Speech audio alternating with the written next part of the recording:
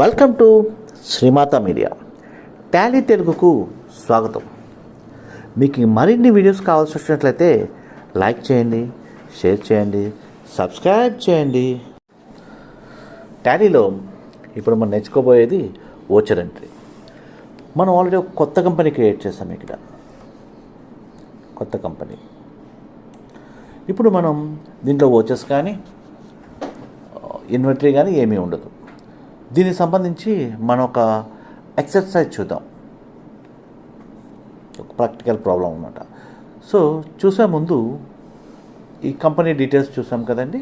ఈ కంపెనీ ఒక sales and service సంబంధించింది.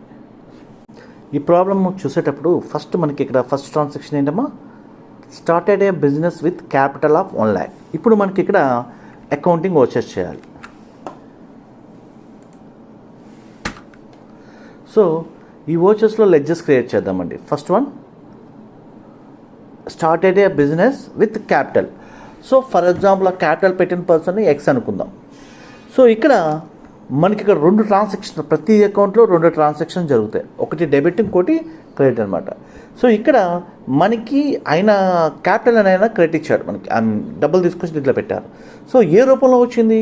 ఈవెన్ క్యాష్ రూపంలో. అంటే ఇక్కడ మనకు 2 లెడ్జర్స్ కావాలి. ఫస్ట్ లెడ్జర్ వచ్చి X capital account,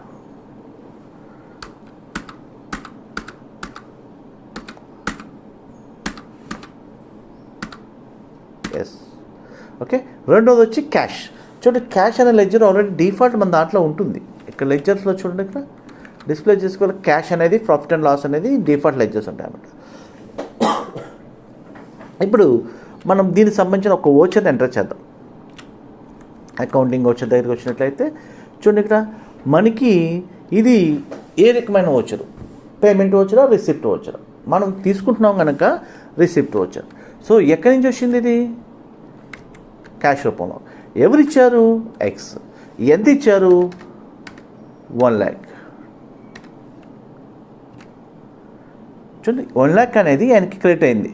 so company cash రూపంలో డెబిట్లో ఉంది. Narration to start a new business. Okay. So ఇది ఫస్ట్ ట్రాన్సాక్షన్. సో ఇక సెకండ్ ట్రాన్సాక్షన్ చూడండి, బాట్ ఏ ఫర్నిచర్ 25,000. ఇక్కడ ఏం చేశారు? ఫర్నిచర్ కొన్నారు.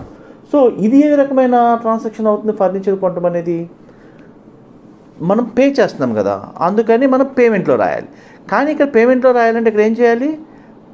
ఫర్నిచర్ కొన్నారు. సో ఇక్కడ మనకి మళ్ళీ ఓచర్ కావాలి. లెడ్జర్లోకి వెళ్ళినట్లయితే ఇక్కడ ఫర్నిచర్. సో ఫర్నిచర్ ఏ విధంగా అకౌంట్ వస్తుందండి? Fixed address.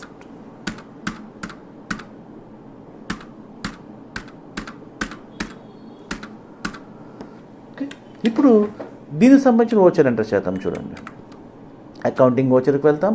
ఇది రిసిప్ట్ ఓచర్ కాదు, పేమెంట్ ఓచర్. పేమెంట్ ఓచర్ అయితే మనం F5 ప్రెస్ చేయాలి. సో ఇక్కడ ఏ విధమైన ఓచర్ ఇది? ఏ విధంగా ఇస్తున్నాం? వాళ్ళకి క్యాష్ పే చేస్తున్నాం. సో దేని నిమిత్తం పే చేస్తున్నాం? ఫర్నిచర్ నిమిత్తం. సో మనకి పైన క్యాష్ ఎంత ఉంది చూడండి, 1 lakh ఉంది. ఇప్పుడు నేను 25,000 అనేది తీసేసా. ఇక్కడ మన 25,000 అనేది కరెంట్ ఫర్నిచర్లో యాడ్ అయింది. అక్కడ క్యాష్ రూపంలో మనకు పోయింది కనుక క్యాష్ ఇందాక 1 lakh ఉంది. ఇప్పుడు ఎంత అయింది? 2 పర్చేస్ ఫర్నిచర్. ఇది payment voucher, receipt voucher enter చేయడం.